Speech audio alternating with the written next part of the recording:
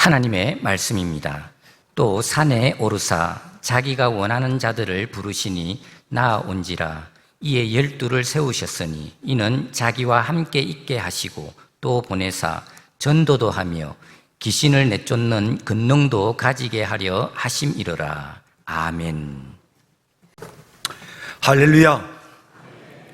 여러분들이 이번 주간 읽은 마가복음서를 기록한 마가는 도망치는데 아주 일가견이 있는 그런 사람이었습니다. 마가복음서를 읽어보면 예수님이 겟세마네 동산에서 체포되실 때에 그때 벌거벗은 채로 도망친 한 청년의 이야기가 나오는데 그 청년이 바로 마가입니다. 또 바울과 바나바가 1차 전도 여행을 갔을 때 마가를 데리고 같이 전도 여행을 갔는데 힘들고 어렵다는 이유로 바울과 바나바, 고령이었던 그 두 사람을 버려둔 채 혼자서 도망쳐 온 사람이 바로 마가입니다. 이렇게 마가가 그냥 도망쳤기 때문에 바울은 도저히 마가를 용서해 줄 수가 없었습니다. 그래서 선교여행을 떠나면서 바울은 마가를 데리고 가지 않겠다고 선언을 했고, 그 과정에서 바나바와 더불어 크게 갈등을 일으키는 이런 모습을 사도행전에서 보게 됩니다. 마가는 이처럼 갈등의 불씨였고 그리고 문제가 많은 인물이었습니다. 하지만 하나님께서 이 마가를 변화시키셨습니다. 그는 새 사람이 되었습니다. 그는 바나바에게도 인정을 받았고 바울에게도 인정받았을 뿐만 아니라 베드로의 제자가 되었습니다. 베드로가 로마에서 사역하는 동안 마가 요한은 항상 그의 측근에서 베드로를 도왔습니다. 그러면서 마가는 정말 초대교회 많은 사람들에게 인정받는 그런 귀한 지도자가 되었습니다. 마가 요한은 베드로가 로마에서 설교하는 동안 그의 설교를 들으면서 그 설교의 내용을 따라 이 마가복음서를 기록했다고 전해지고 있습니다. 아주 간략하면서도 생생한 필체로 이런저런 잡다한 설명들은 다 빼고 그냥 사건 중심으로 아주 간결하게 마가복음서를 기록을 했습니다. 자, 그래서 사실 이 마가복음서는 마가의 어떤 기록이긴 하지만 베드로가 주로 설교한 내용들을 기록했기 때문에 그런 까닭에 베드로 복음서다라고 그렇게 부를 수 있을 정도로 베드로의 생생한 간증이 이 마가복음서에 기록되어 있는 것입니다. 마가복음서는 이러한 배경에서 사실 베드로를 비롯한 예수님의 제자들이 어떻게 예수님께 훈련을 받았는지 그 훈련의 과정이 마가복음서에 아주 두드러지게 나타나고 있습니다.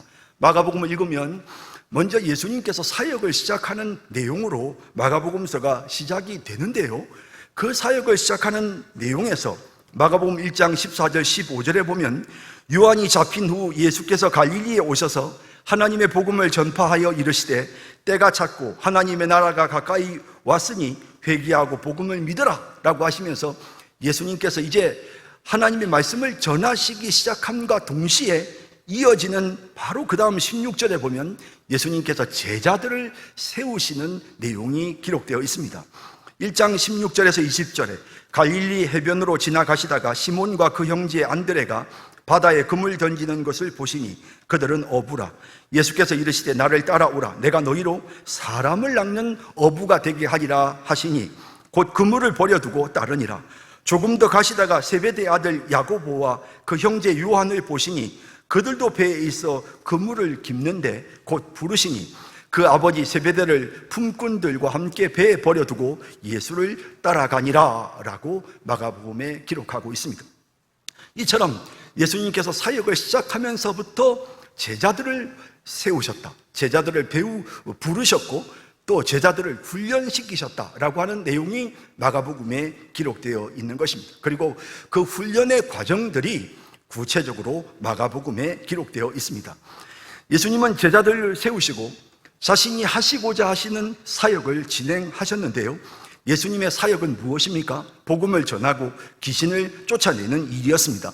마가복음 1장 39절에 보면 이에 온 갈릴리에 다니시며 그들의 여러 회당에서 전도하시고 또 귀신들을 내쫓으시더라 라고 되어 있습니다. 예수님의 사역은 전도하는 것이었습니다.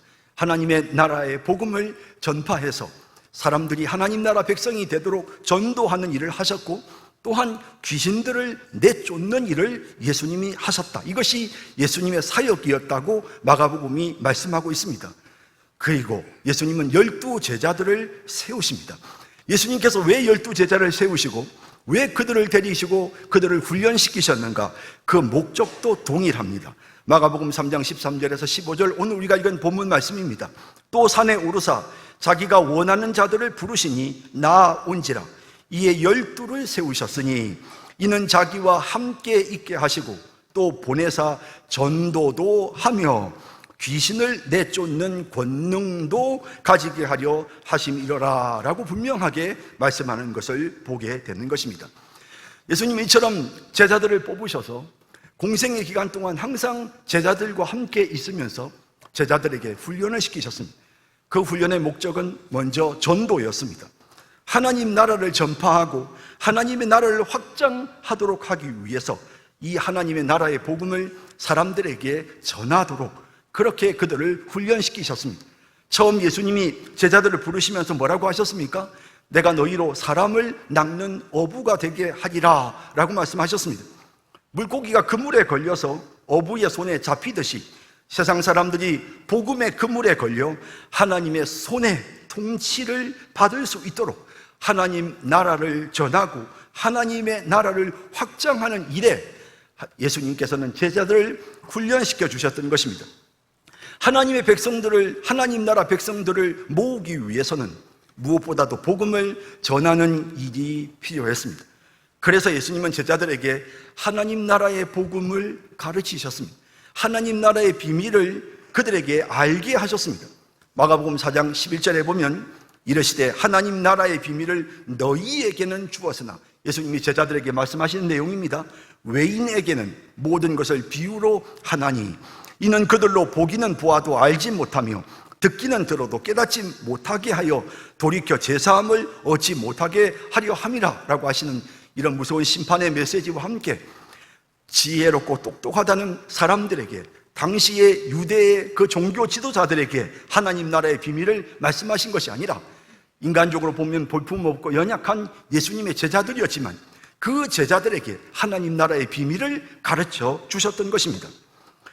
마가복음 4장 33절 34절에 보면 예수께서 이러한 많은 비유로 그들이 알아들을 수 있는 대로 말씀을 가르치시되 비유가 아니면 말씀하지 아니하시고 다만 혼자 계실 때에 그 제자들에게 모든 것을 해석하시더니 라고 말씀하시는 이런 내용을 봅니다.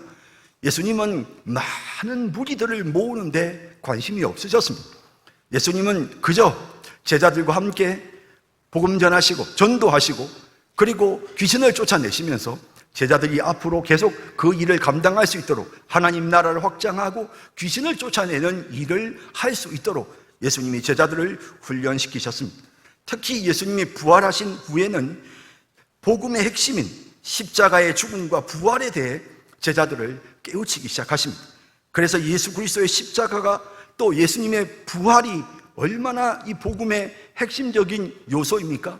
이것을 제자들에게 부활하신 이후에 더욱더 집중적으로 교육하시는 이런 내용도 보게 됩니다.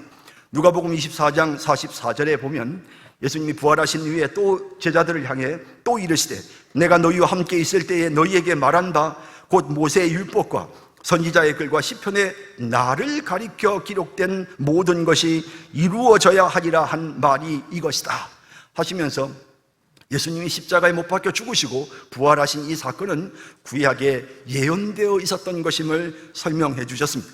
또 이에 그들의 마음을 열어 성경을 깨닫게 해주셨습니다. 구약 성경을 풀어서 그들이 이해할 수 있도록 하셨습니다. 또 이르시되 이같이 이 구약의 예언처럼 그리스도가 고난을 받고 제3일에 죽은 자 가운데서 살아나야 한다. 이것이 복음의 핵심이고 그렇게 해야만 구원을 받을 수가 있습니다.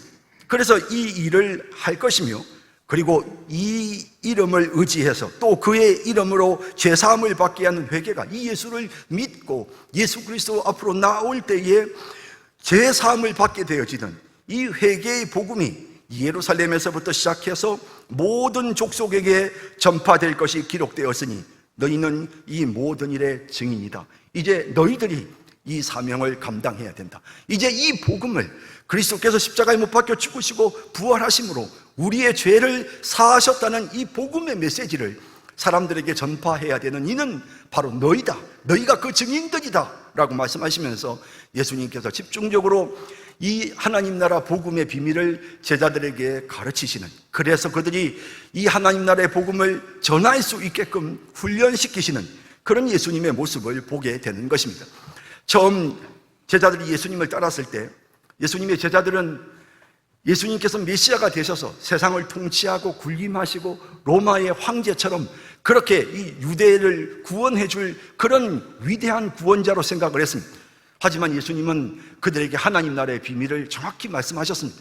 예수님이 이 땅에 오신 목적은 군림하기 위해서가 아니고 나는 사람들을 위해 내 몸을 대속물로 주어서 그 피로서 죄를 씻는 희생의 죽음을 죽기 위해 온 사람이다. 섬기는 자로 이 땅에 왔다. 이것이 복음이다라고 예수님은 제자들을 훈련시키셨습니다.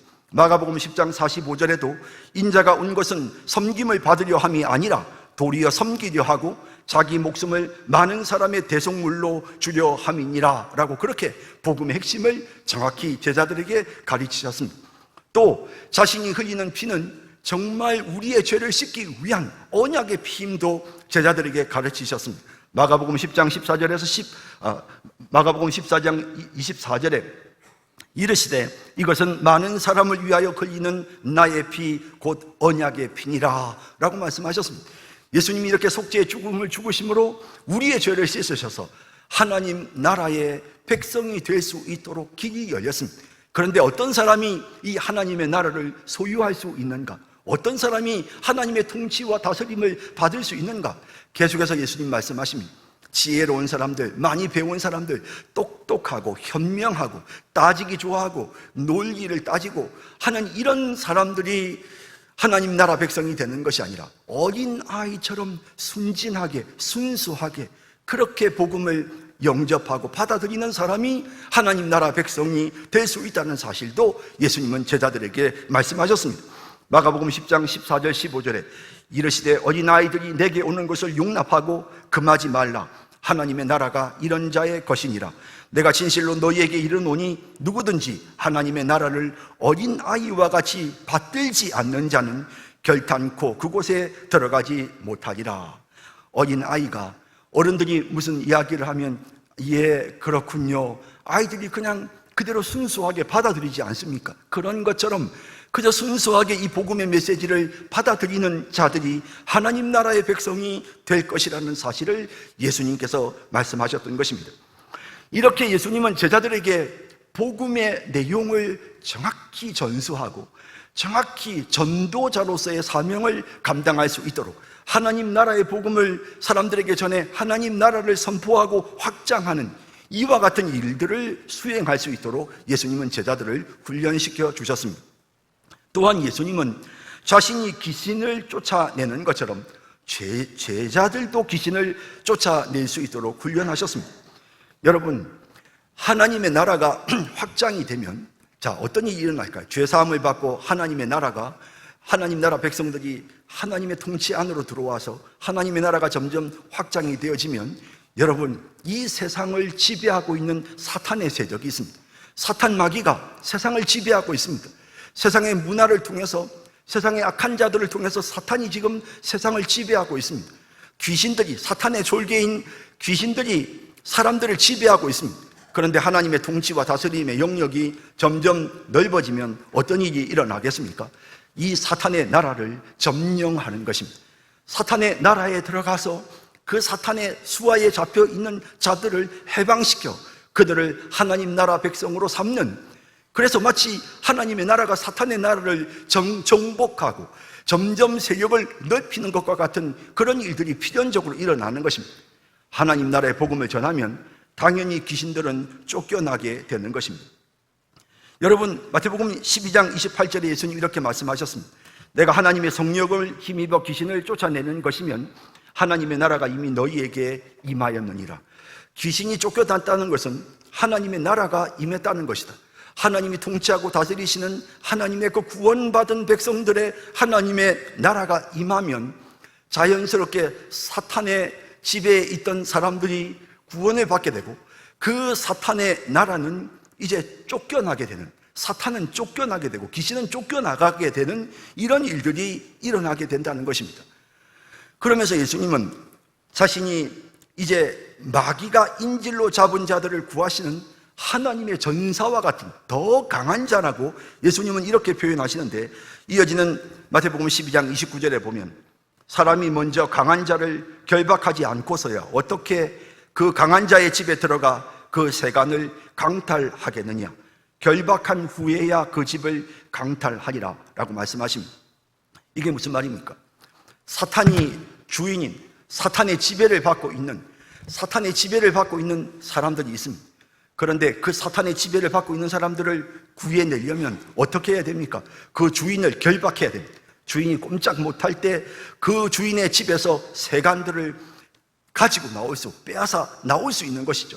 그런 것과 마찬가지로 예수님은 사탄의 세력을 결박할 수 있는 더 강한 자입니다.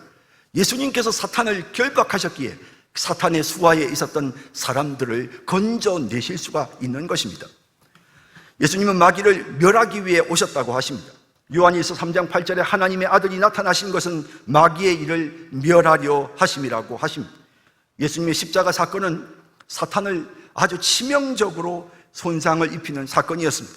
하나님이 에덴 동산에서 범죄한 아담과 하와에게 말씀하셨습니다. 여자의 후손이 나타나서 뱀의 머리를 상하게 할 것이다 하셨습니다. 그 말씀이 그대로 성취되어졌습니다. 여자의 후손이신 예수님이 이 땅에 오셨습니다. 인간의 죄의 문제를 해결하기 위해 십자가에 못 박혀 죽으시고 부활하셨습니다. 그러므로 그 예수님의 그 권능이 사탄의 머리를 깨트린 것입니다. 사탄에게 일격을 가하고 치명타를 입힌 것입니다. 그래서 어떤 결과가 나오기 시작합니다. 이제 사탄의 세력에 묶여있던 자들이 건짐을 받게 되고 그들을 사로잡았던 귀신들이 쫓겨나가는 이런 역사들이 일어나는 것입니다. 그래서 예수님이 제자들에게 말씀하셨습니다. 누가복음 10장 18절 19절에 예수께서 이르시되 사탄이 하늘로부터 번개같이 떨어지는 것을 내가 보았노라. 내가 너희에게 뱀과 전갈을 밟으며 원수의 모든 능력을 제어할 권능을 주었으니 너희를 해칠 자가 결코 없으리라 라고 말씀하시는 그런 예수님의 그 단호한 담대한 메시지를 발견하게 되는 것입니다. 여러분, 우리가 복음서를 읽으면서 귀신들이 어떤 반응을 보입니까? 귀신 들린 자들이 어떤 반응을 보입니까? 귀신 들린 자들은 도무지 저항할 수 없었습니다. 자기를 숨길 수도 없었습니다. 그래서 귀신 들린 자들은 예수님의 능력을 인정하고 그저 예수님이 가만히 계셔도 그 앞에 꿇어 엎드려 절하고 예수님을 하나님의 아들로 인정하는 모습을 보이는 것입니다. 여러분, 예수님은 싸울 필요도 없었습니다. 예수님이 귀신과 사탄과 싸우는 것이 아니고 예수님의 존재 자체가, 우리의 죄를 대속하시기 위해 오신 하나님의 아들의 그 존재 자체가 귀신들에게는, 사탄에게는 큰 두려움이 되었던 것입니다. 그래서 귀신들이 스스로 발악을 하고 귀신 들린 자들이 스스로 와서 무릎을 꿇고 그러면서 자신의 존재를 밝히고 예수님을 인정하는 이런 태도와 모습을 보이는 것입니다. 예수님은 가시는 곳마다 귀신을 쫓아내셨습니다. 마가복음 5장에는 사탄의 지배를 받는 이의 비참한 상황이 어떤 것인지를 우리에게 보여줍니다. 마가복음 5장 1절에서 5절에 보면 예수께서 바다 건너편 거라사인의 지방에 이르러 배에서 나오심에 곧 더러운 귀신 들린 사람이 무덤 사이에서 나와 예수를 만나니라. 그 사람은 무덤 사이에 거처 하는데 이제는 아무도 그를 쇠사슬로도 맬 수 없게 되었으니 이는 여러 번 고랑과 쇠사슬에 매여서도 쇠사슬을 끊고 고랑을 깨뜨렸음이로라. 그리하여 아무도 그를 제어할 힘이 없는지라. 밤낮 무덤 사이에서 산에서나 늘 소리 지르며 돌로 자기의 몸을 해치고 있었더라 라고 말씀하고 있습니다. 이 본문의 내용을 보면 사탄의 지배를 받는 사람들의 모습이 얼마나 비참한가를 느끼게 되는 것입니다. 여러분, 이런 자들에게 하나님 나라의 복음이 전파되면, 이런 자들에게 예수 그리스도께서 역사하시면 어떤 일이 일어납니까? 하나님의 나라가 확장되면서 사탄의 세력에게서부터 이런 사람들이 빠져나오게 되는 것입니다. 이런 자들을 빼앗아 오게 되는 것입니다. 다시 말하면 귀신들을 내쫓게 되는 이런 일들이 일어나게 되는 것입니다. 이 거라사의 귀신 들린 사람의 모습이 어떻게 바뀝니까? 마가복음 5장 15절에 보면 사람들이 구경하러 왔습니다. 가만히 보니 그 귀신 들렸던 자의 모습이 달라져 있습니다. 예수께 이르러 그 귀신 들렸던 자, 곧 군대 귀신 집혔던 자가 옷을 입고 정신이 온전하여 앉은 것을 보고 라고 말씀합니다. 우리 주님이 역사하셨을 때, 하나님의 나라가 확장되었을 때, 하나님의 나라가 사탄의 나라를 정복했을 때 사탄에 매였던 자의 모습이 달라졌습니다. 이제 벌거벗었던 그가 옷을 챙겨 입기 시작했습니다. 정신이 온전해졌습니다. 그리고 겸손히 주님의 발 앞에 앉아서 주님의 말씀을 듣습니다.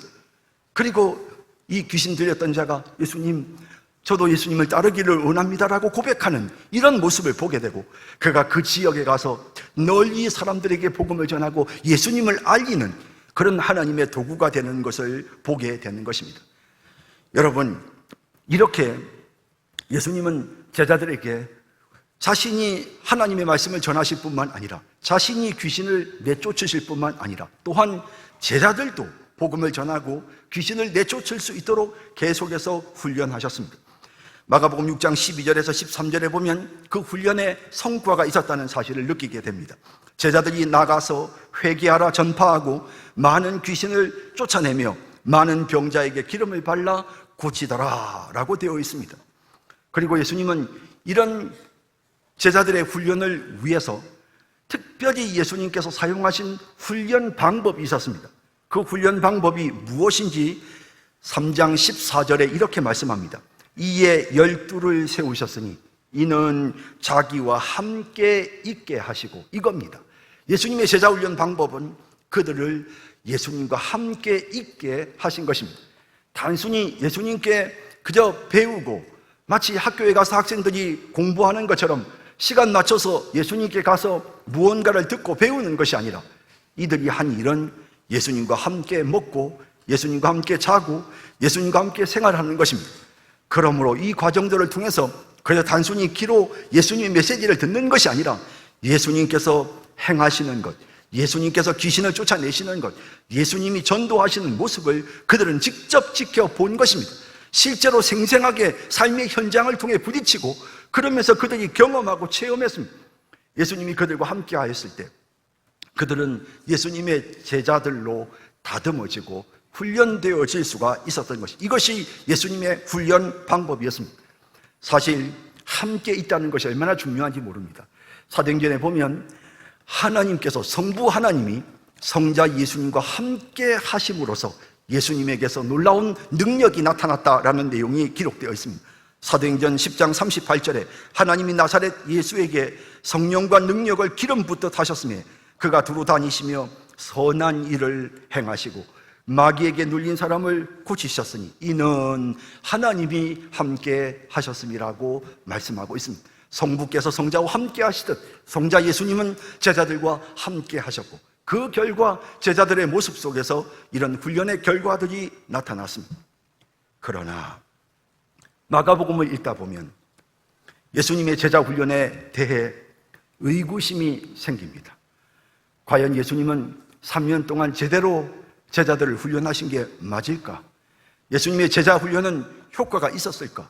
정말 예수님의 제자들은 예수님의 바른 제자들로 제대로 지금 키워지고 있었는가? 의구심을 갖게 하는 내용이 마가복음서의 곳곳에 나타나고 있습니다.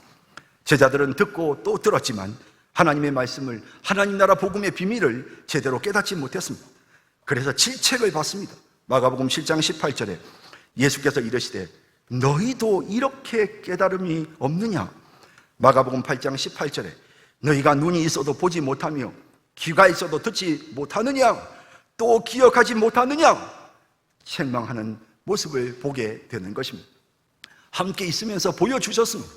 함께 있으면서 계속 말씀하셨습니다.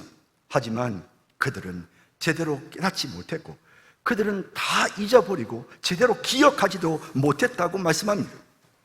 예수님께서 제자들에게 하나님 나라의 복음을 전파하도록 하기 위해 그들에게 복음의 비밀을 말씀하십니다. 제자들에게 얘들아, 이 복음은, 하나님 나라 백성이 되는 이 복음은 다름 아니라 내가 십자가에 못 박혀 죽고 죽은 후에 사흘 만에 다시 살아나는 것이다 라고 하면서 제자들에게 이 복음의 핵심 내용을 제자들에게 가르치셨을 때 여러분, 제자들이 어떤 반응을 보입니까? 특히 베드로는 예수님 안 됩니다, 그렇게 해서는 안 됩니다, 예수님이 십자가에 못 박혀 죽으시다니요 라고 하며 예수님께 항변하는 이런 태도를 보입니다. 그때 예수님의 불호령이 떨어집니다. 마가복음 8장 33절에 예수께서 돌이키사 제자들을 보시며 베드로를 꾸짖어 이르시되 사탄아 내 뒤로 물러가라, 내가 하나님의 일을 생각하지 아니하고 도리어 사람의 일을 생각하는도다 하시고, 예수님이 십자가에 못 박혀 죽으시고 부활하심이 복음의 핵심인데 이 일을 하지 못하게 하는 이 베드로의 모습, 제대로 그동안 무엇을 배운 것일까 의구심을 갖게 만드는 것입니다. 베드로는 예수님이 공회에 체포되었을 때 예수님을 저주하면서 모른다고 부인했습니다. 어쩌면 정말 베드로는 그때까지도 예수님을 제대로 몰랐는지도 모릅니다. 마가복음 14장 71절에 그러나 베드로가 저주하며 맹세하되 나는 너희가 말하는 이 사람을 알지 못하노라, 이렇게 말하고 있지 않습니까? 이 베드로가 예수님 부인하는 내용입니다.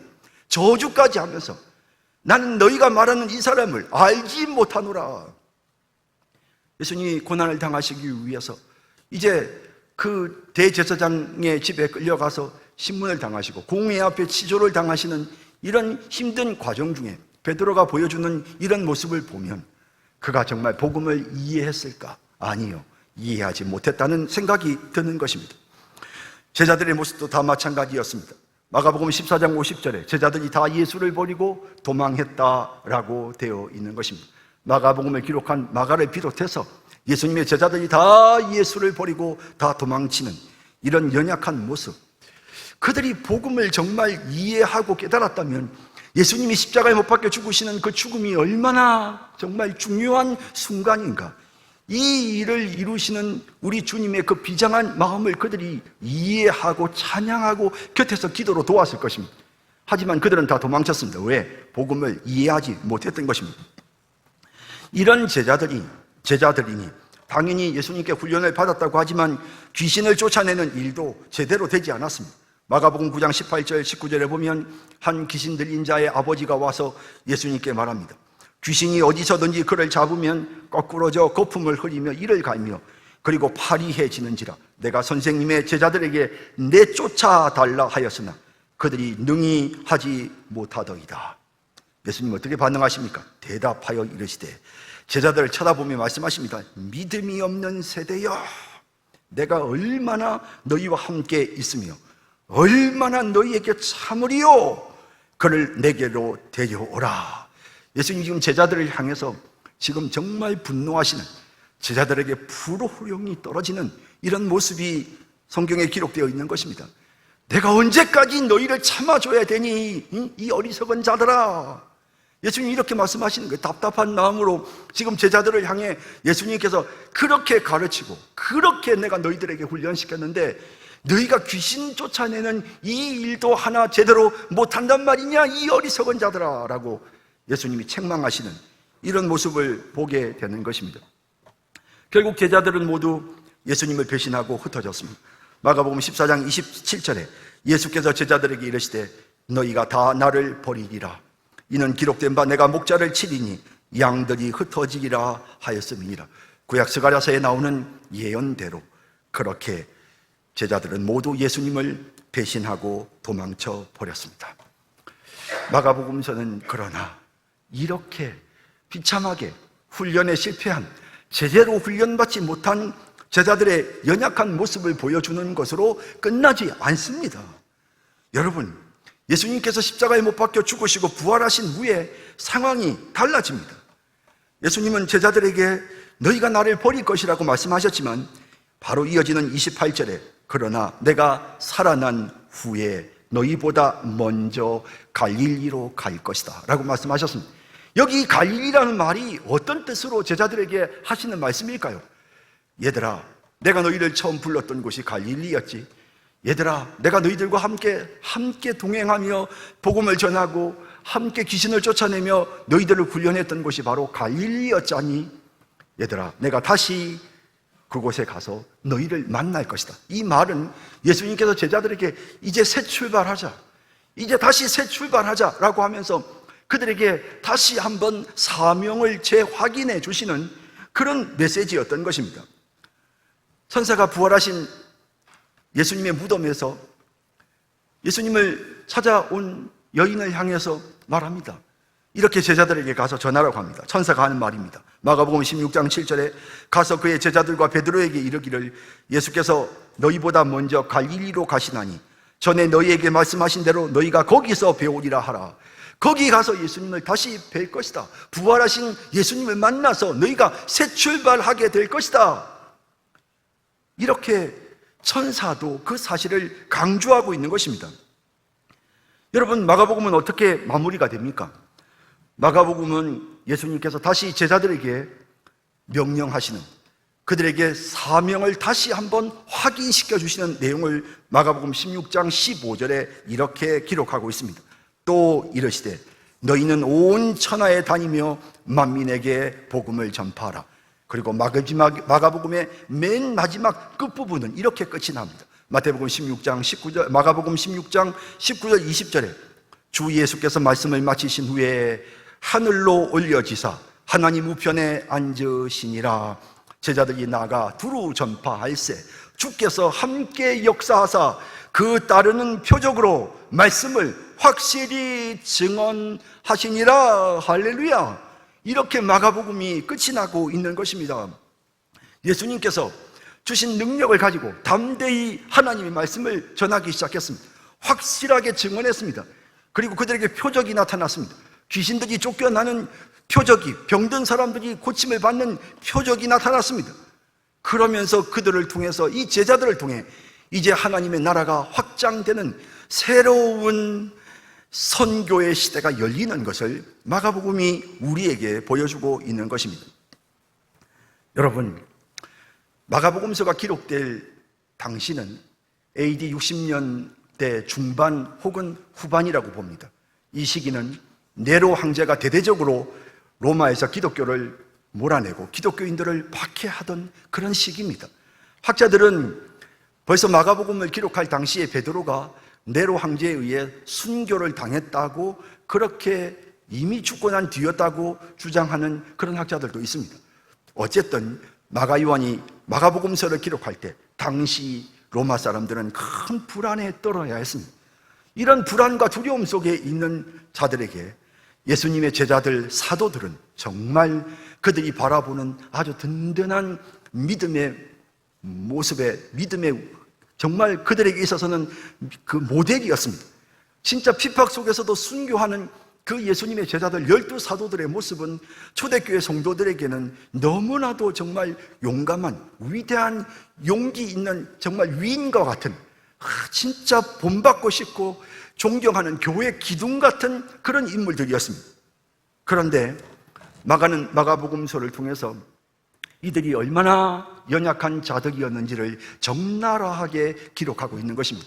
그들이 얼마나 부족한 사람들이었는지를 낱낱이 마가복음을 통해 기록했습니다. 여러분, 이 사실이 당시에 핍박당하는 이방인 성도들에게 아이고, 믿었던 베드로가 이것밖에 안 됐어, 예수님의 제자들이 다 이 모양이었어 라고 실망하고 좌절감을 심어주었겠습니까? 아닙니다. 그렇지 않습니다. 그들은 그 사도들의 변화된 모습을 알고 있습니다. 새로워진 모습을 알고 있습니다.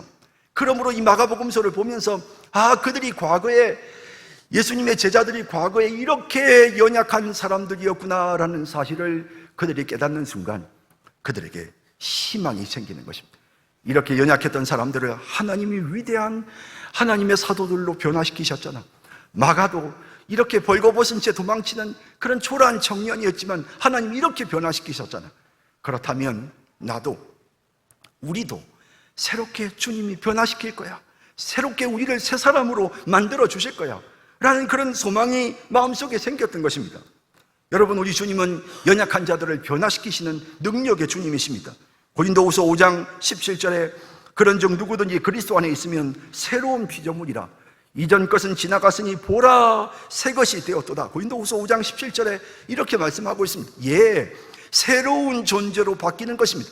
예수님이 새롭게 그들을 변화시키시는 것입니다. 여러분, 이 사실을 예수님께서 하신 이 마가복음에만 나오는 비유가 있습니다. 그 비유가 마가복음 4장 26절에서 29절에 기록되어 있는데요, 이 내용입니다. 보십시오. 또 이르시되 하나님의 나라는 사람이 씨를 땅에 뿌림과 같으니 그가 밤낮 자고 깨고 하는 중에 씨가 나서 자라되 어떻게 그리 되었는지 알지 못하느니라. 땅이 스스로 열매를 맺되 처음에는 싹이요 다음에는 이삭이요 그 다음에는 이삭에 충실한 곡식이라. 열매가 익으면 곧 낫을 대나니 이는 추수한 때가 이르렀습니다. 이 예수님의 이 비유 말입니다. 바로 예수님이 제자들을 훈련시키시는, 예수님이 우리를 변화시키시는 모습을 우리에게 보여주는 것입니다. 처음 씨를 뿌렸을 때 씨는 너무 작고 보잘것 없었습니다. 그 씨는 흙 속에 들어가서 덮여버려서 제대로 보이지도 않았습니다. 있는지조차도 제대로 알 수 없었습니다. 초라하기 그지없는 작은 씨, 혹여 누가 와서 발로 밟아버리면 그만 그 씨는 쓸모없는 씨가 될 수밖에 없습니다. 그런데 시간이 지나면서 놀라운 일이 일어납니다. 그 씨에서 싹이 나기 시작합니다. 그 씨에서 가지가 나기 시작합니다. 그 씨에서, 그 가지에서 이삭이 납니다. 그리고 열매를 거두게 되어지는 것입니다. 때가 되면 이렇게 열매를 거두게 되는 것입니다. 보잘것없고 아무것도 아닌 그런 쓸모없는 연약한 씨 같았지만 예수님의 제자들이 처음 예수님이 부르셨을 때 마가복음의 앞부분에 나타나는 제자들의 모습은 참 초라하고 보잘것없는 연약한 모습이었지만 그들이 조금씩 변화되면서 하나님의 때가 되었을 때, 추수 때가 되었을 때, 하나님이 쓰시려고 하는 순간이 되었을 때 이 제자들이 열매를 맺는 하나님의 도구로 변화되지 않습니까? 이것이 하나님 나라의 모습입니다. 하나님 나라에서 이루어지는 제자 훈련은 이런 결과가 있는 것입니다. 예수님이 제자들을 이렇게 훈련시키셨습니다. 자, 이제 말씀의 결론입니다. 그렇다면 우리도 마음의 소망을 품어봅니다. 우리도 제자들처럼 참 연약하고 믿지 못하고 의심이 많고 우리도 도망치고 우리도 유혹에 넘어집니다. 그런 우리가 어떻게 하면 정말 제대로 된 제자들이 될 수 있습니까?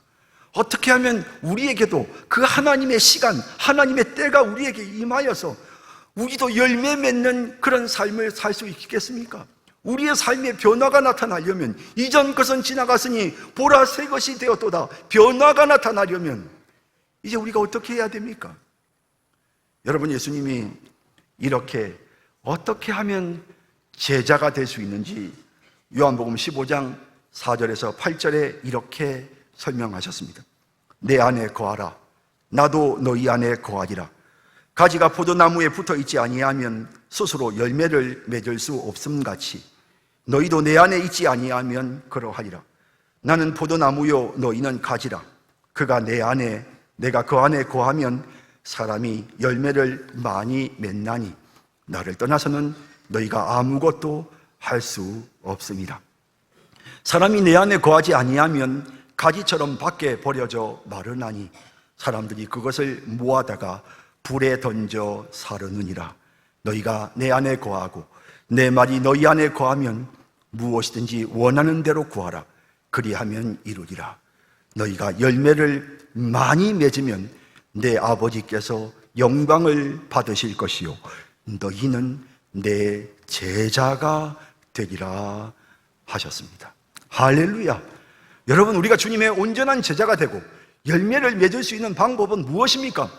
예수님이 제자들을 훈련시킨 가장 중요한 그 방법이 무엇이었습니까? 훈련 방법은 함께 있는 거였습니다. 여러분, 우리의 삶의 현장에서 날마다 우리가 주님과 함께 있어야 되는 것입니다.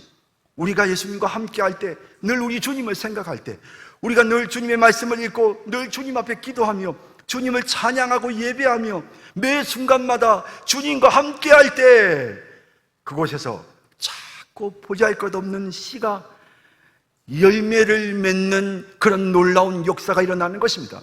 우리가 주님께 붙어 있기만 하면, 우리가 주님과 함께 하기만 하면 무슨 대단히 능력 있는 사람이 아니라도, 무슨 특별한 일이 없다 해도 우리가 주님께 붙어 있기만 하면, 그러면 열매를 거두고 주님의 제자가 될 수 있는 것입니다.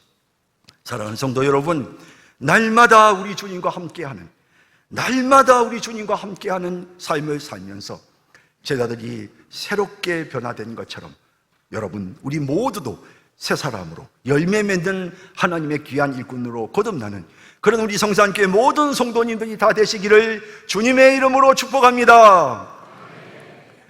사랑의 주님, 오늘 말씀을 우리에게 주시고 주님과 함께함으로 우리의 삶이 새롭게 변화될 수 있음을 깨닫게 해주셨습니다. 아직 우리의 모습은 작은 씨앗처럼 너무 부족하기만 합니다. 제자들이 보였던 그 믿음 없는 모습, 연약한 모습이 바로 우리의 모습이고, 때로는 힘들고 어려운 일이 생기면 도망치는 것이 우리의 삶입니다. 우리 주님, 저희들의 부족을 주님께 고백합니다. 주여, 간구하오니 이제 새 사람이 되게 하소서, 때가 이르게 하소서. 우리 주님 말씀과 성령으로 우리 가운데 역사해 주시고, 우리 성도들이 늘 주님과 동행함으로 새 사람이 되게 하옵소서. 정말 주님의 귀한 제자가 되는 그런 복된 삶을 살아가는 우리 모든 성도들이 되게 하옵소서. 예수님의 이름으로 기도드립니다.